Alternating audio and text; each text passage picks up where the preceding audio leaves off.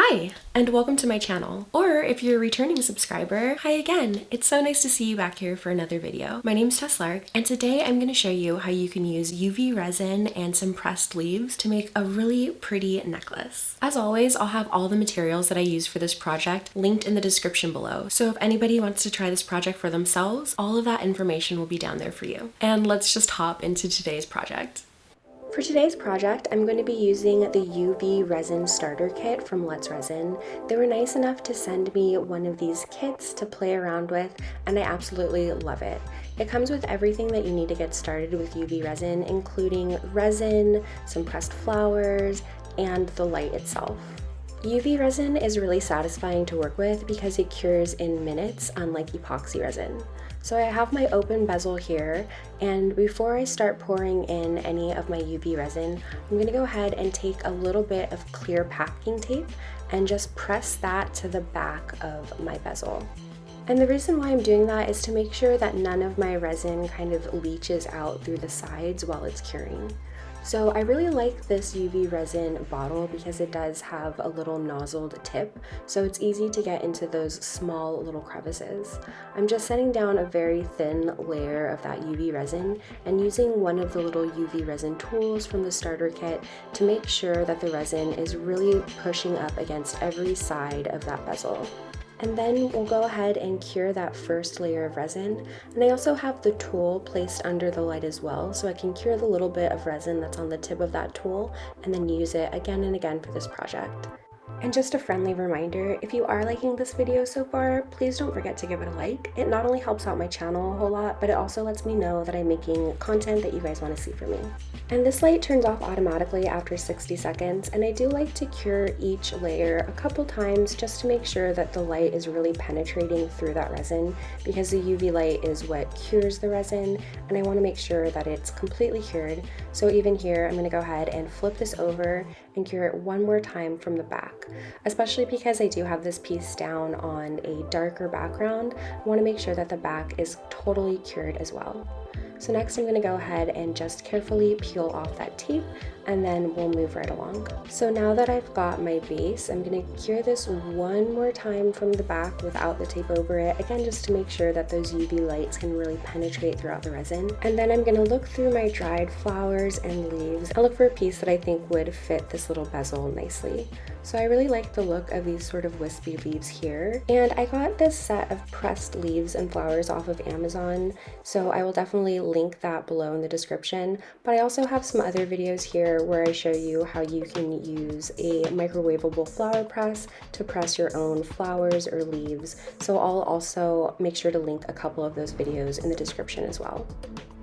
So I'm just kind of playing around, finding a piece that I think fits the space really well, and then I'm going to go ahead and put another layer of resin right on top of that leaf. The resin is quite viscous, and it'll take a minute for it to self-level out, so I would recommend you working slowly as you don't want to overfill your mold. And then I'll go ahead and cure this piece again. There's definitely an option here to hit it with your heat gun before you cure it, just to make sure you don't have any air bubbles, but the resin was looking pretty clear, so I just went ahead and started curing. And I'd love to hear in the comments below, have you guys used UV resin before? What are your favorite projects or applications to use UV resin with? I just started using it and I'm having a lot of fun, so I'd love to know what you guys use it for. So now that we've got our finished pendant, let's go ahead and put it on a chain to make it into a wearable necklace. I've got a few different jump rings here, a couple larger ones, a couple smaller ones, including this tiny one that's stuck between my fingers, and then I also have a lobster clasp, and I'll be using those to attach the chain to the pendant. So starting out with my chain, I've just got a tape measure here, and I'm going to measure a chain to be about 19 inches in length. And I found a 19-inch length chain to be a pretty flattering length for a necklace on most people. It falls just a few inches below the collarbones. So I'm just lining my chain up right on top of that measuring tape, and I'm going to use a pair of jewelry wire cutters to cut that chain at the 19-inch mark. And once I've got my chain cut to the proper length, I'm going to go ahead and set it off to the side, and then I'm going to attach a jump ring onto my pendant. So I'm using one set of jewelry pliers to hold that jump ring and using another set of pliers to open the jump ring. Now that I've got the jump ring open enough to slide it onto the bezel, I'm going to go ahead and attach it to that top little loop that's at the top of my pendant. I also do have a couple more resin jewelry tutorials here, so if you guys are interested in jewelry fabrication, make sure you're subscribed because I am interested in posting some more jewelry fabrication classes like electroforming or even polymer clay, so let me know in the comments below if you guys would be interested in seeing that. Once I've got my jump ring through that top loop, I'm just going to close it using my pliers and using the needle nose pliers to really make sure that it's tamped down really well and it's laying flush with each other. And my next step will be to thread the chain through that jump ring that I just attached to the top of my piece. After I've got the chain through, I'm going to lay the piece down flat on my desk with the front of the necklace facing up.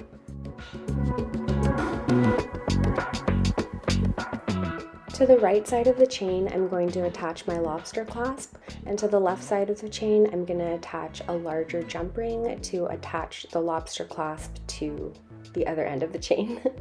But if you are making this necklace for a left-handed person, or if you're left-handed yourself, you can always switch the orientation of the clasp.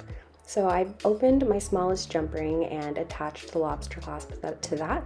And then I'm going to go ahead and attach that to the right side of my chain, once again using my pliers to make sure that it's really well closed and that there's no little pokey bits that can bother the back of your neck while you're wearing it. Next, I'll open up one of my medium-sized jump rings and I'll use that to attach the largest jump ring to the other side of my chain. You always want to make sure that you're using your pliers when you are opening jump rings. It can be really tempting to use your fingernails, but it's really rough on your fingernails, so I definitely suggest using your pliers.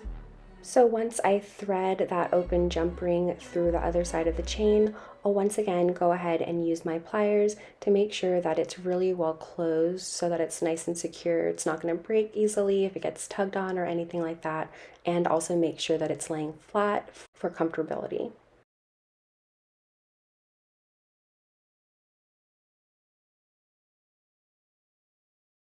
All right, so we've got our necklace all finished up, and let's go ahead and put it on just to see how it looks on the body.